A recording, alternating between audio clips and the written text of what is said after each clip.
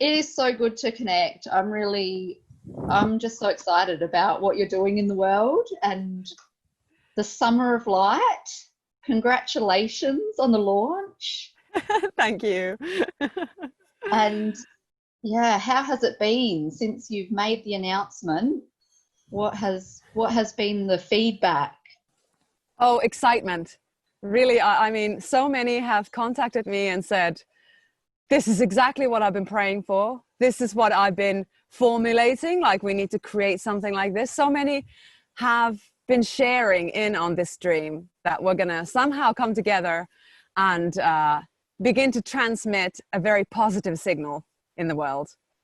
And Yeah, so many have like immediately seized it and said, yes, this is what I want. Yeah, I'm definitely on board. And that's been wonderful.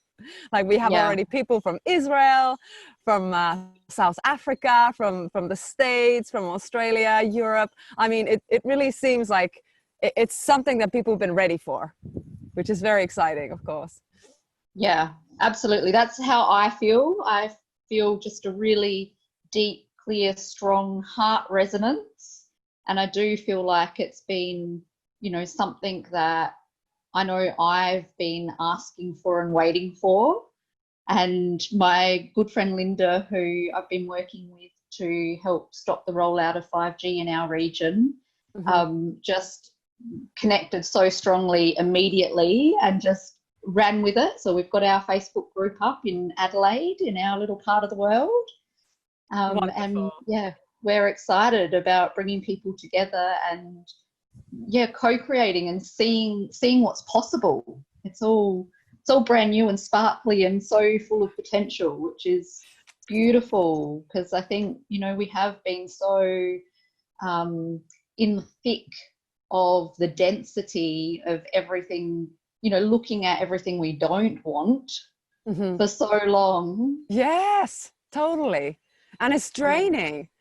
And it's really um, tiring because it almost feels like we've been in this war where we've been in our consciousness resisting, And it takes so much energy to constantly have to internally say, no, I do not consent.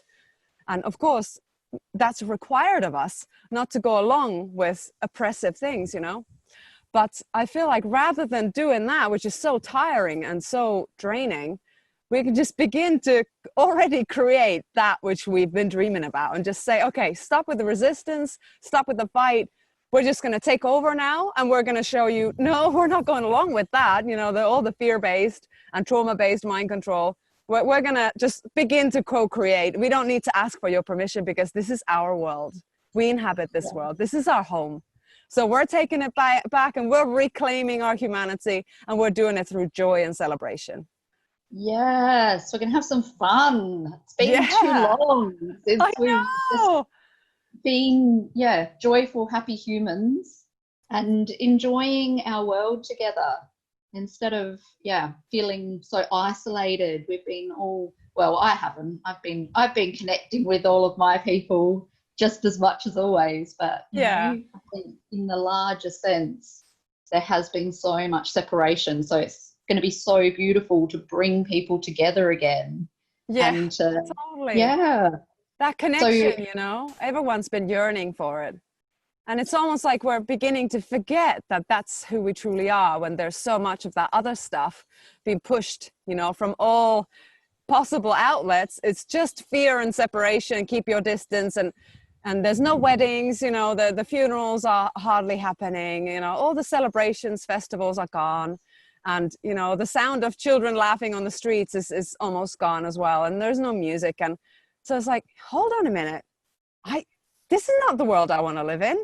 No, I'm not living in that world. I'm living in a beautiful world full of joy and love and connection. So we're going to bring that up, we're going to bring it back. yes, woohoo! Yay! I am all for that.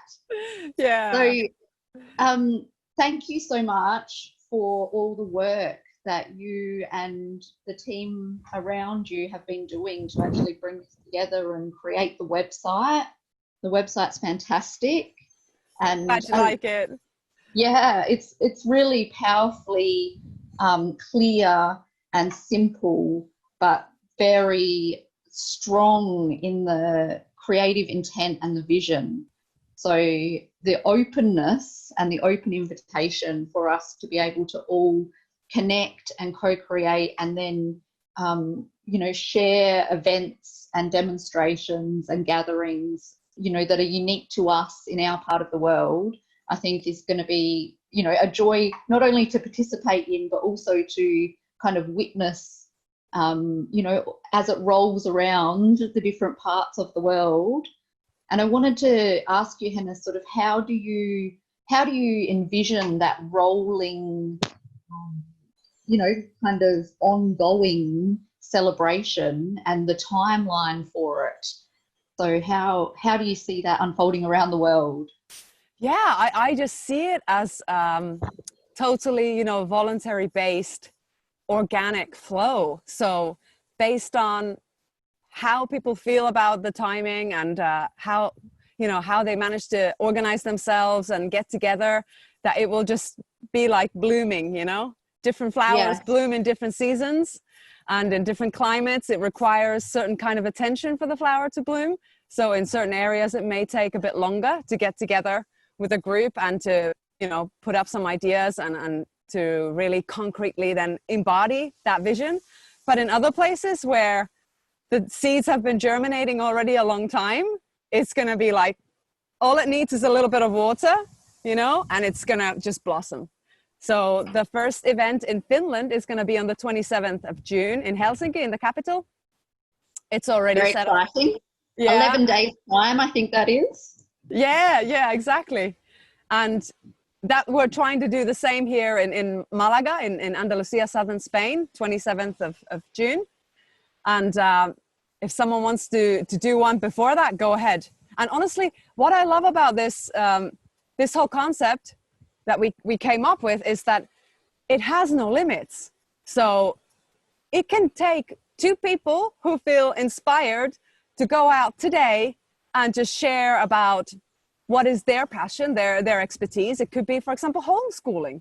And they could put up just a little banner saying, come here to chat to us about the possibilities of homeschooling, Summer of Light. And it can just be the most simple thing where you just organically meet people on the street and you're like, yeah, you tell about your experience. And, it could be like, well, what would be your biggest concern about that? Well, here's how we dealt with it. Because it's all about empowering people with real life solutions.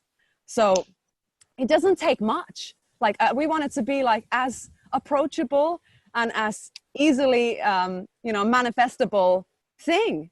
And I feel like that's what can be like the real kind of gift about this, that there is no requirements other than that it must be peaceful and through joy and authentic inspiration. But other than that, you're free to do whatever you want and when you want, where you want with it. Oh my goodness, freedom. Freedom. That's refreshing.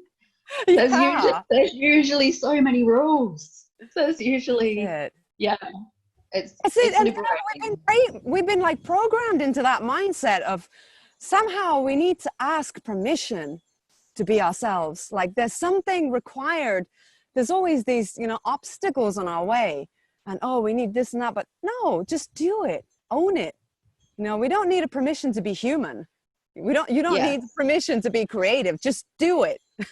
That's the beauty, Yes, it's really powerful, Henna. And I think it is actually part of our healing as humanity to regain trust in ourselves and each other, because I feel like a big part of the damage that has been done over eons is this breaking down of trust, for the self. So many people aren't tuned into and not listening to and are not connected, so they don't trust themselves.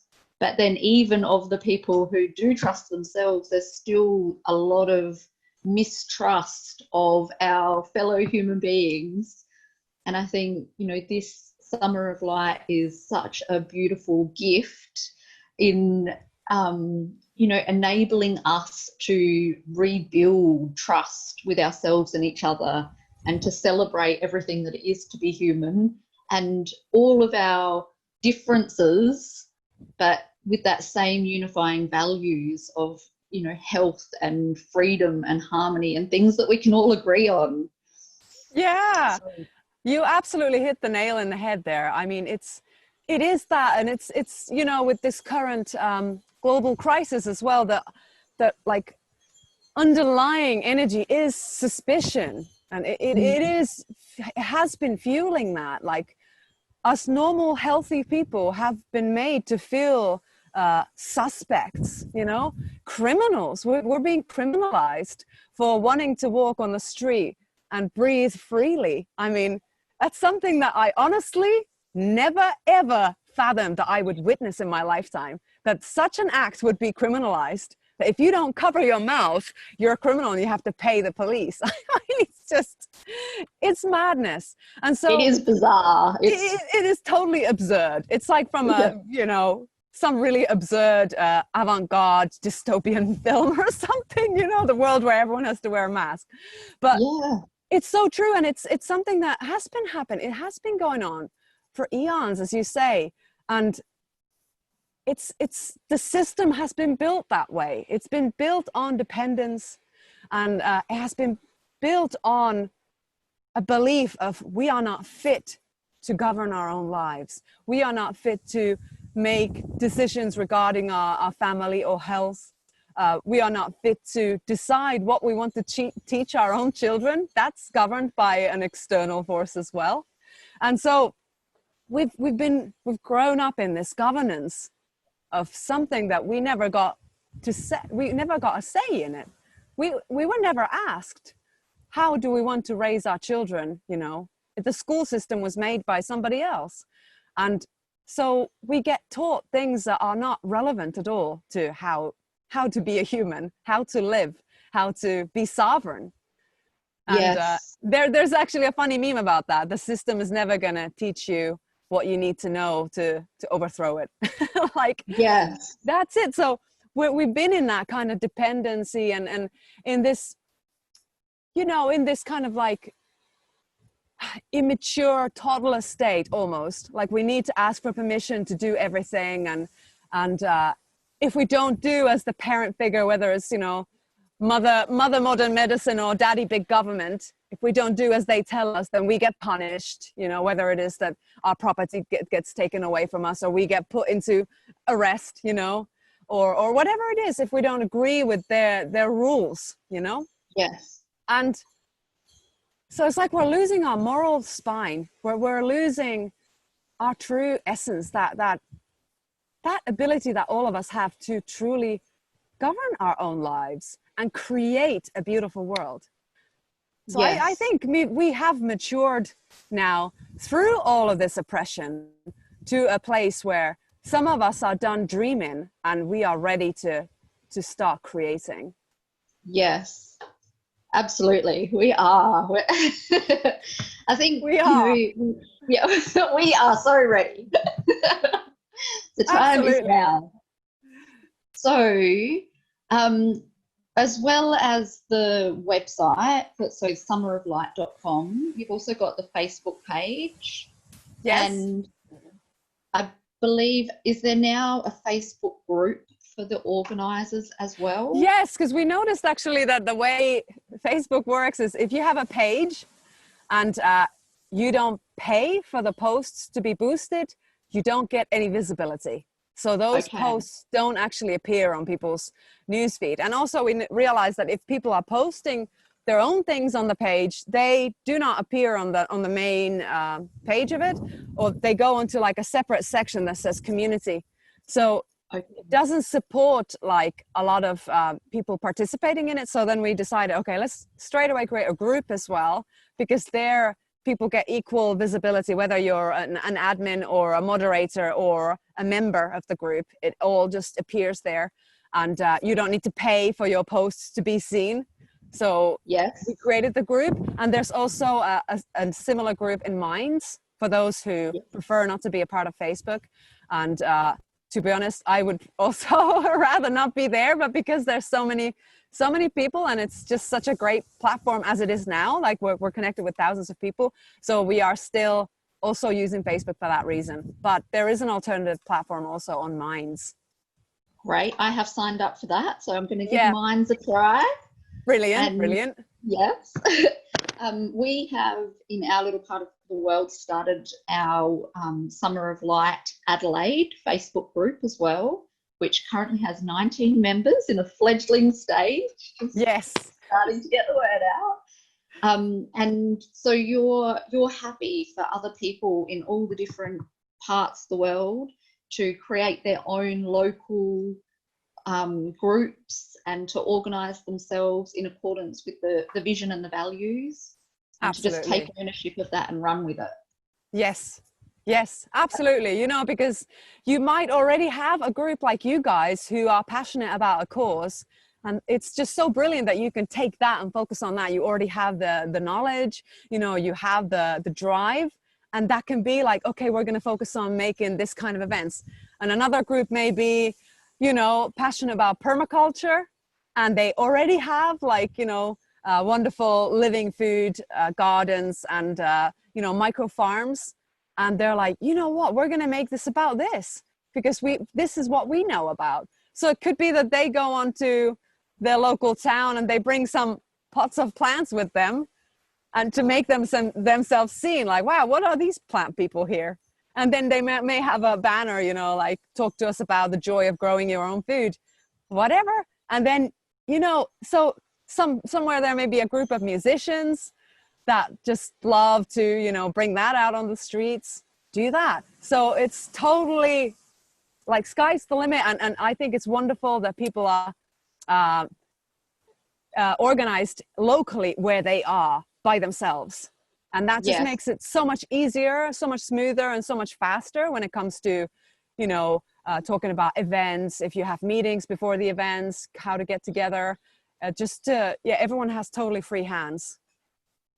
Yes, so we can sort of work in our local groups and community as well as come together in the larger global sense to share what we're doing in our part of the world and collaborate and connect across all the divides and be unified. Yeah, totally. I feel like the cool. strength of the global community is we can help inspire each other, because some people, they say, okay, I want to be a part of this, but they may not necessarily have yet that idea of where we're going to take this movement. What are we going to be talking about? So if we're sharing, okay, here's, you know, our Malaga group, we're going to be focusing on wellness and like plant-based diet or whatever, then people, okay, I know about that. I want to do that. Or you guys' group about the new technologies and the radiation and the awareness about how to protect yourself from that.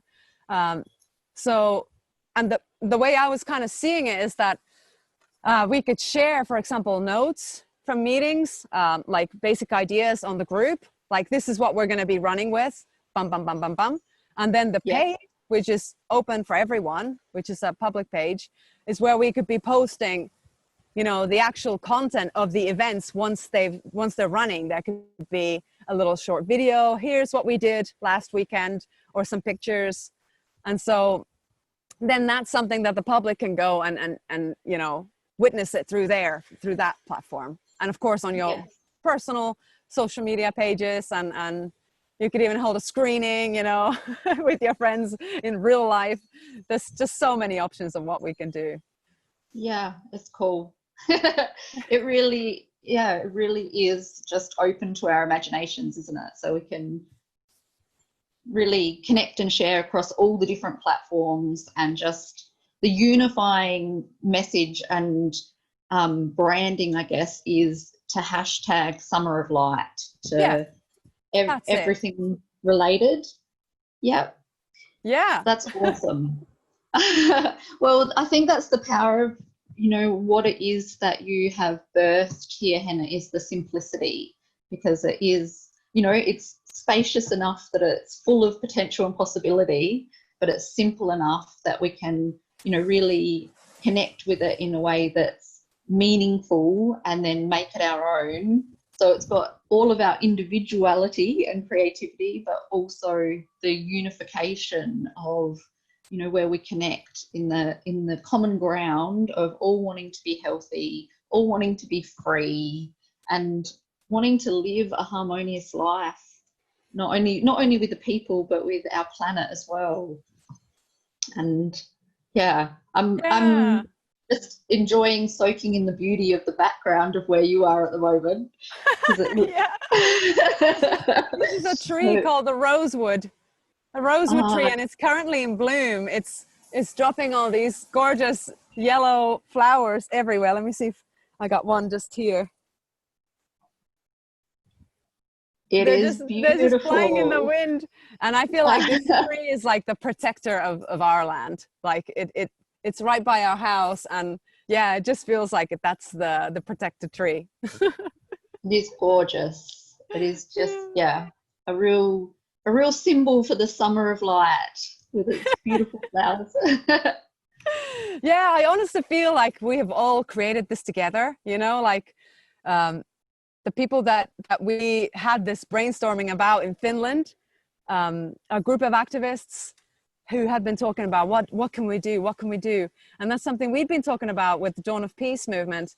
What can we do? And both of us at the same time had come up with the solution. It has to be celebration based, it has to be joy based, that it's not going to be any kind of fight or resistance, but simply a creation. And so then when we got together and we realized that we're both talking about the same exact thing, it was like, boom, it was confirmation, like this is it. And then now that we've launched it, we realized it was already co-created by so many dreamers. Like it's not our creation. In fact, we just gave it words, we gave it a website, but I feel like it's something that all of us have been like asking, like, what can we do? And how to show the world that what is the world we want to live in, you know, like how to embody that, how to demonstrate that. Yeah, and how to get to work actually bringing it into being right now, instead of feeling like we have to end the tyranny before we can begin the creation.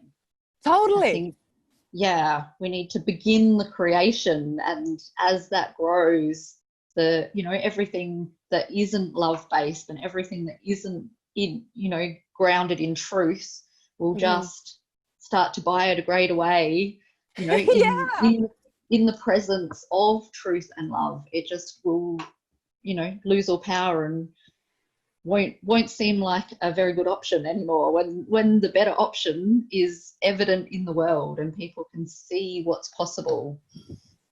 Absolutely.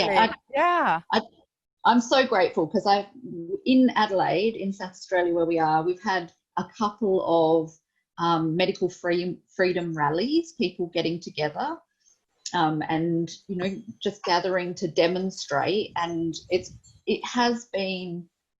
been great that people have cared enough to take action and come together, but it lacked the joy. Like it didn't have the sense of freedom and joy and celebration and fun. And it wasn't, even though people were coming together for the shared values to stand up for freedom, it wasn't actually creating community. People would just come together for the purpose of expressing their will, and then everyone just goes back to their life and nothing's actually created in that space. So that's what I think the power of the Summer of Light and the idea of coming together for co-creative purposes and for sharing ideas and information and visioning and workshops and music and art and food and gardening and all the things that it is to really have a healthy whole human experience. I think that's going to shift the dynamic completely into having this movement towards our freeing ourselves and each other, and becoming sovereign human beings. It's going to be just like fun instead of hard work. Yeah, I think something that has been kind of holding many of us back in this has been kind of feeling like it's this kind of monstrosity, this like gigantic system. Like, what can we do about that?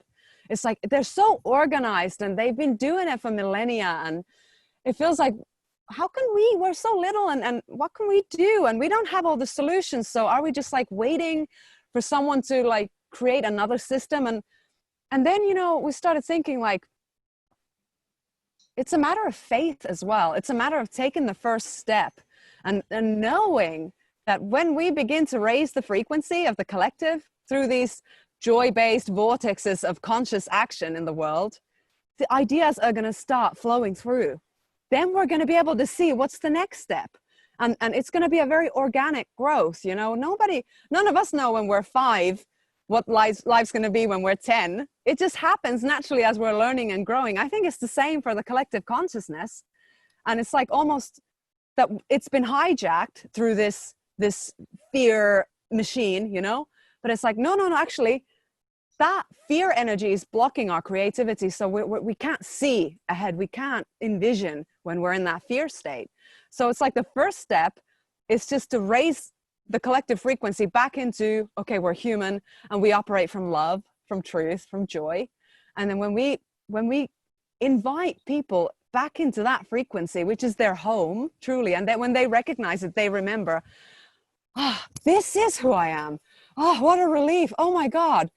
I was going somewhere else into this machine consciousness, but actually, no, that's not me at all. What was I doing? You know? And then when people remember that again, it's like, then we're free to begin to co-create again, and those ideas can come, and then we can see all different kinds of alliances come together. And then from that, I'm sure we will find like real concrete solutions on a societal level as well. But it's like, first we need to empower ourselves, you know, and empower our neighbors and our communities. Yeah.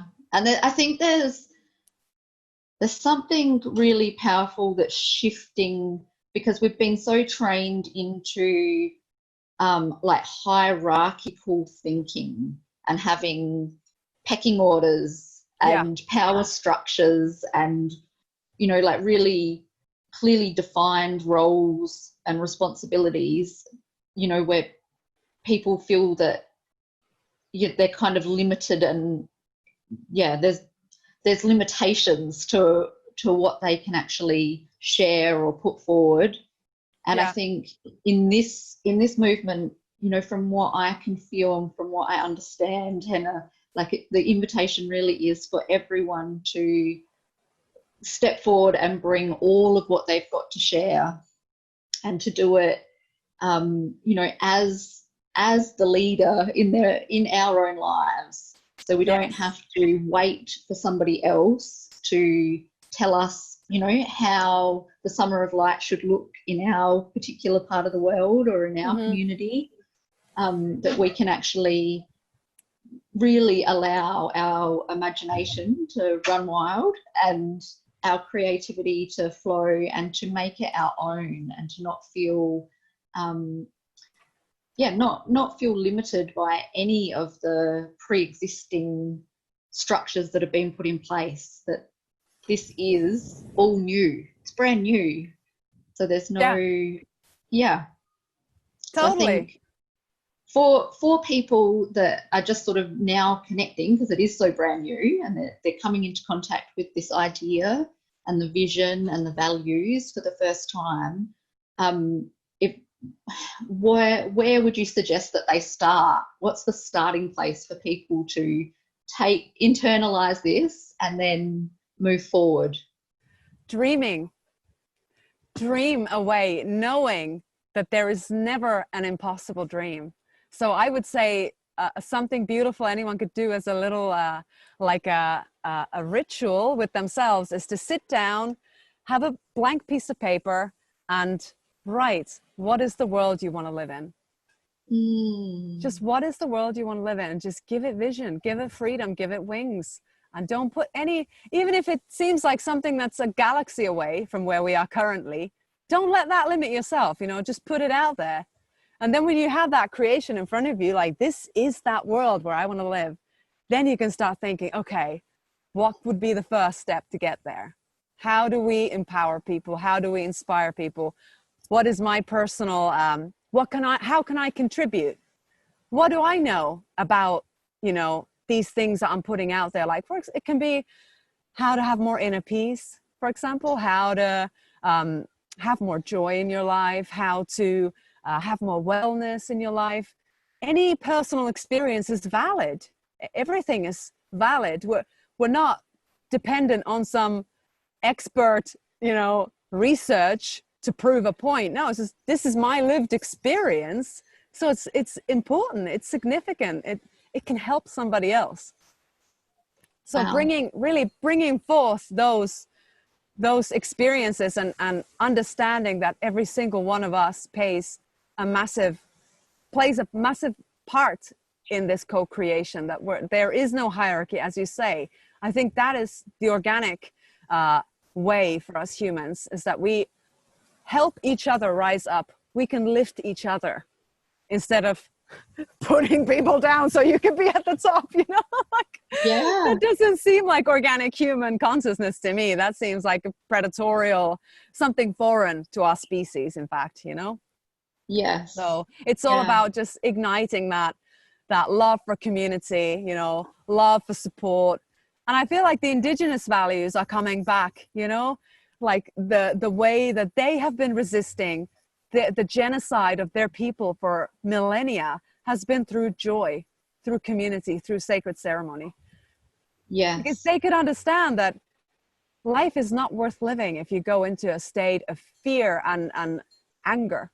Even if your people are being murdered systematically and eradicated, your culture being, decimated and annihilated. And that is still don't give happening up in the your world now. spirit. Oh, absolutely. Yeah. In the Amazon, there's a genocide happening. I met up with indigenous leaders last year in a conference from Ecuador, Colombia, Peru, Brazil.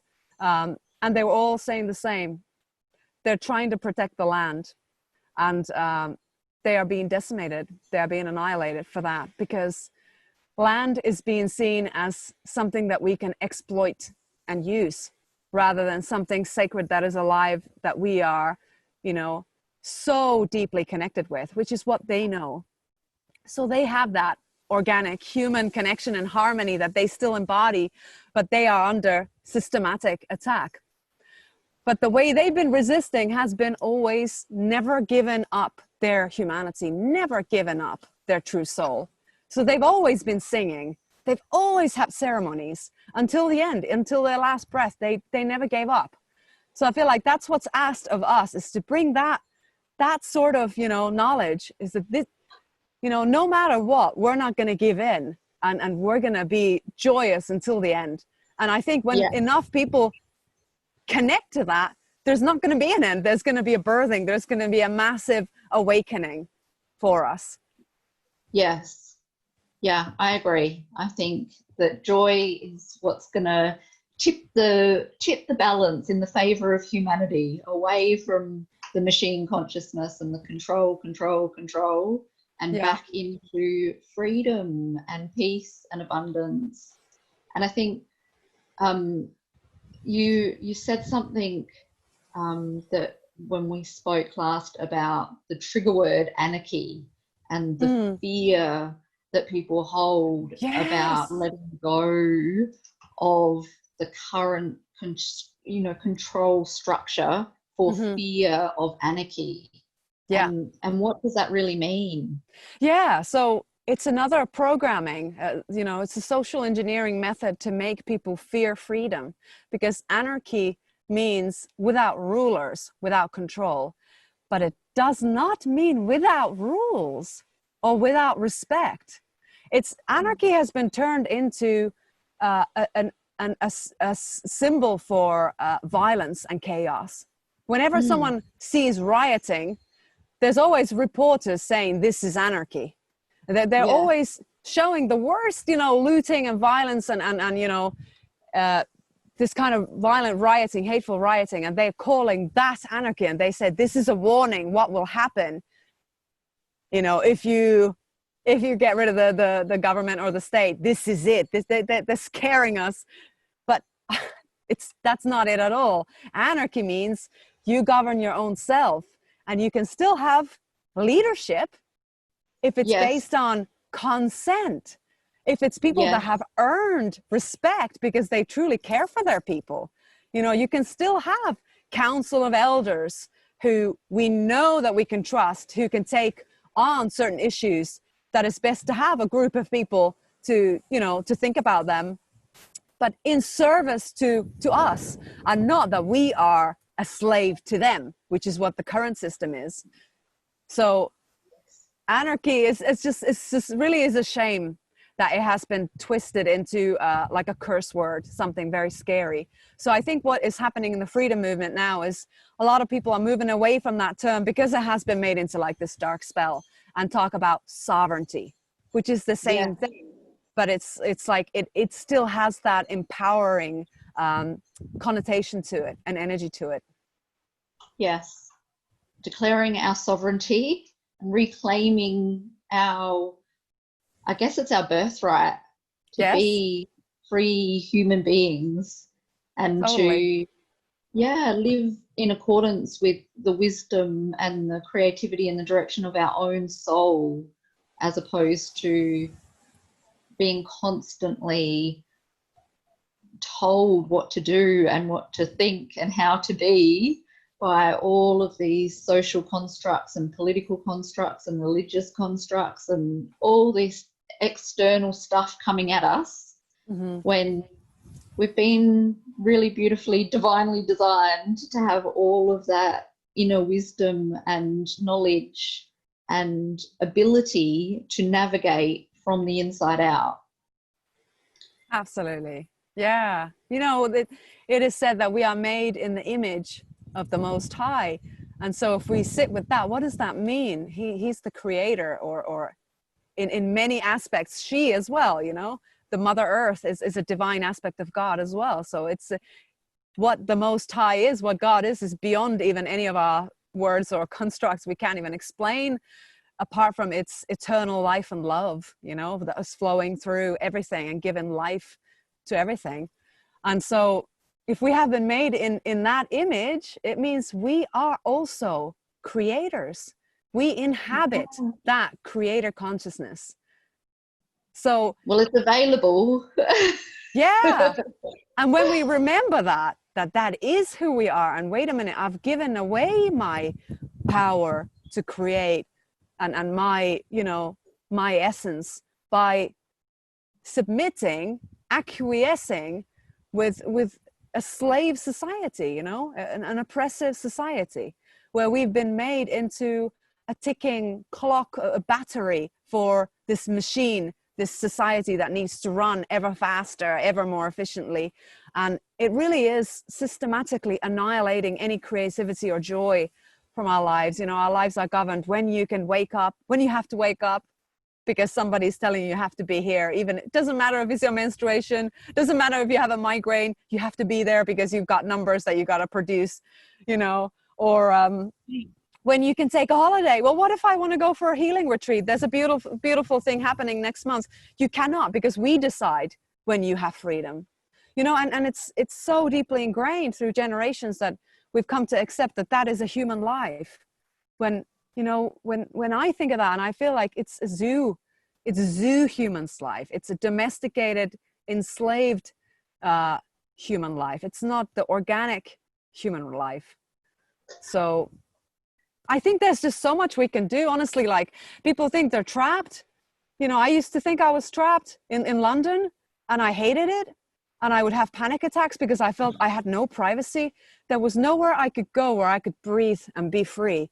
It was so, you know, so dense with energy and people and stress and rushing and everything. And then I realized that you can live on a very small, you can save money very easily, for example, to move somewhere else.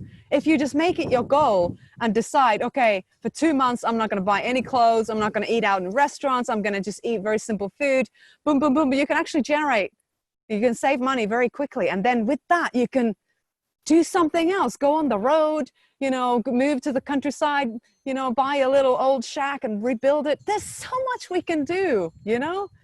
Yes. It's all about freeing ourselves here first and then seeing what's possible. Yeah.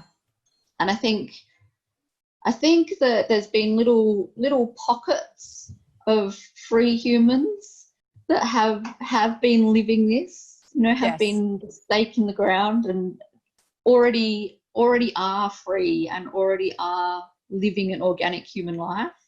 And the Summer of Light is, I think, you know, the opportunity for us to showcase that and to, you know, really hold that in the light of consciousness for as many people as possible around the whole of the planet to see, you know, that there are so many more possibilities than what exists within the limitations of the current, you know, status quo.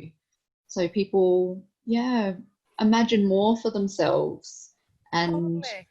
And know that they're worth it, you know, and know that why should they dream that, oh, I'll be free when I'm 65 and I've completed this career, which is draining my life force, and dreaming about the pension for decades. You know, there's people like that. They have dreams. They, for example, they're animal lovers, and they think when I'm in my old age, I would love to start a little animal sanctuary because I love animals so much. Do it now. Do it now. You know. Yes. Start an orphanage. You know what is it that you love? Listen to your heart. Because honestly, like everyone I've met on my journey since my husband and I sold everything and left London 5 years ago, we have met so many visionaries and people who live on a very small budget, you know, who live out on the road. They even have their kids with them, or they found a lovely little community somewhere on the outskirts and they've started their own little eco village. It's like, wow, there's so many of us actually out there. And when you make that leap with your heart, I've never met anybody who said, you know, I really regret leaving that corporate job. Never. It's always the opposite way. Like, thank God I did that because I was turning into someone I'm not. I was losing my inner child. I didn't have any more joy. I didn't even have time to live my life, and all the money I was making, I didn't have time to spend it because I was just constantly at work. I lost so many years of my life with my children. I didn't get to know them until I left that work. And now we're so close because we actually know each other, because we spend time with each other, and so on and so forth. So yeah, it's just, I feel like whatever you do, when you base it in that heart consciousness, in that courage and inspiration and faith, it will be supported through, you know, the spirit world. It's like, that's what is wanted for us. Yeah. And I think it is, you know, part of this collective shift for us in the consciousness is for us to not only give ourselves permission to be free, but to see and celebrate freedom in others around us too. Because I think, you know, part of the slave training has been to get us to try and police each other. And we've seen it with all this COVID stuff, you know, everyone policing each other. And, you know, as we shift, you know, into freedom consciousness, we need to do the reverse of that and be encouraging each other's creativity and freedom, and encouraging each other to follow our hearts, and that it's okay that everybody's path is going to be unique to them, and there's not going to be just one conventional template that people follow. Yeah. Yeah.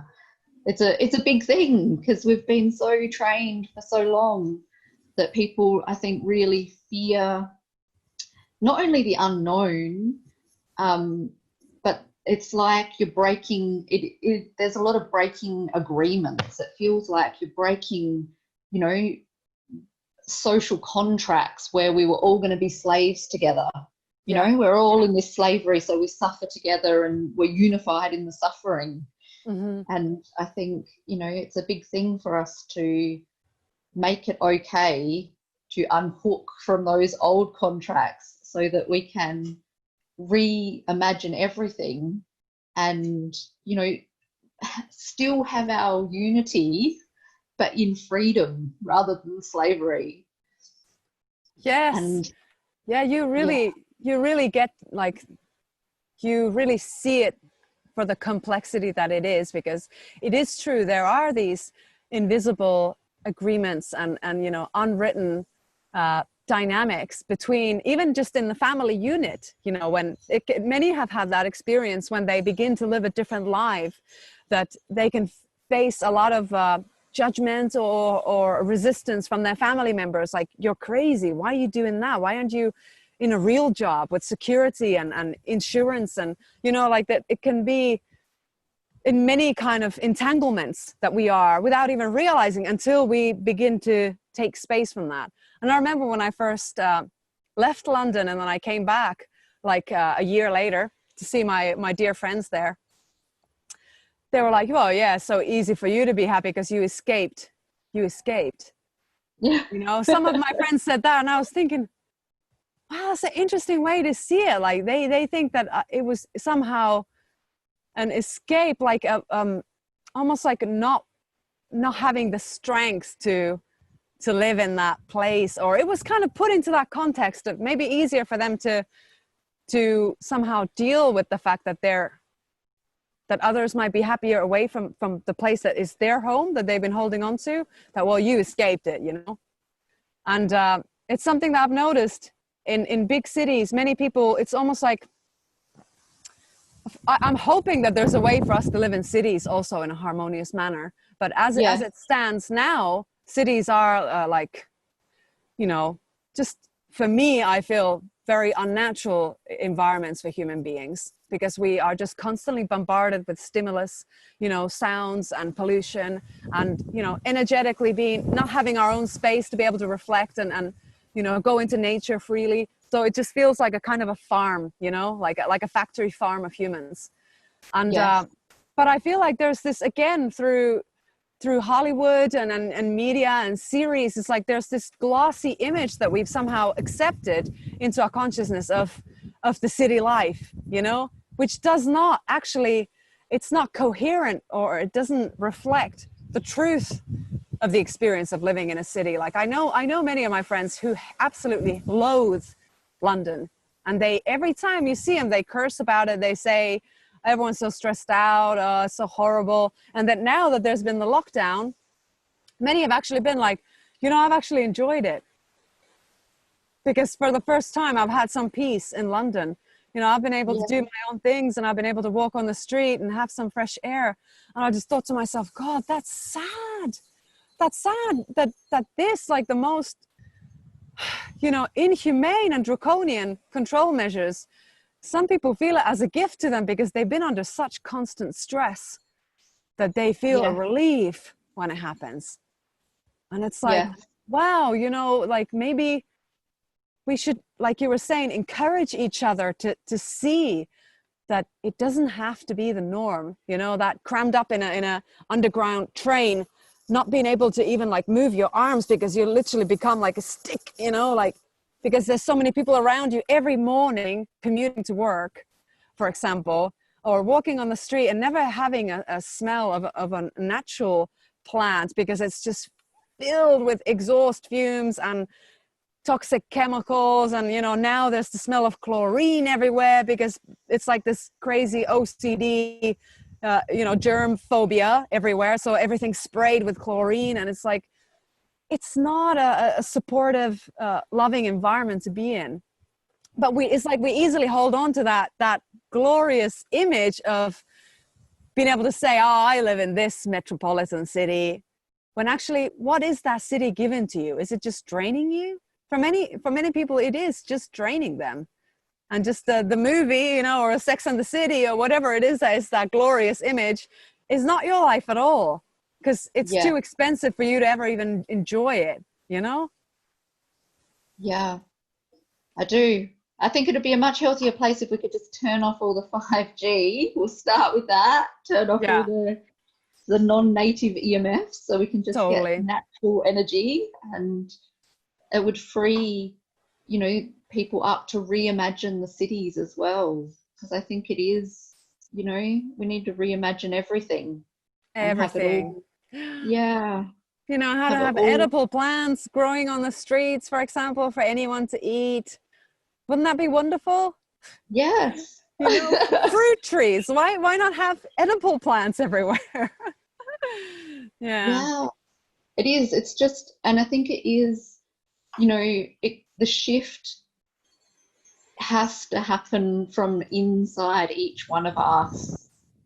You know, it happens inside of ourselves, and it is, like you were saying, it's firstly of all giving ourselves permission, but it is also like making a conscious effort to really support and encourage each other to take those leaps of faith when people are, you know, thinking about following their heart instead of, you know, everybody around them kind of giving them the fears and the doubts to keep them in their little holding pattern.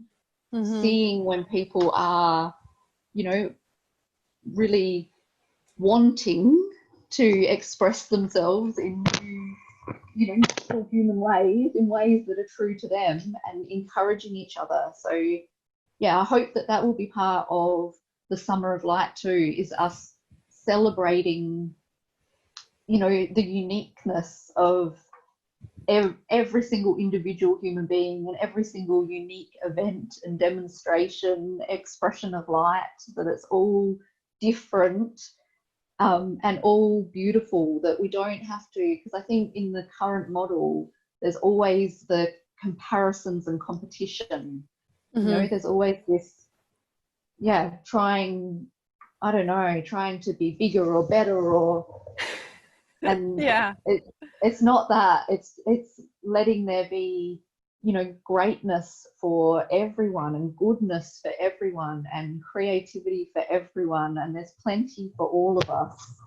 And just being able to share, not only creating and enjoying our own joy, but sharing in and, you know, celebrating other people's joy, because that's when it sort of, you know, becomes exponential, goes, you know, viral. We want joy to be viral. Yeah, I think it is actually a lot more contagious than fear, you know, joy and inspiration.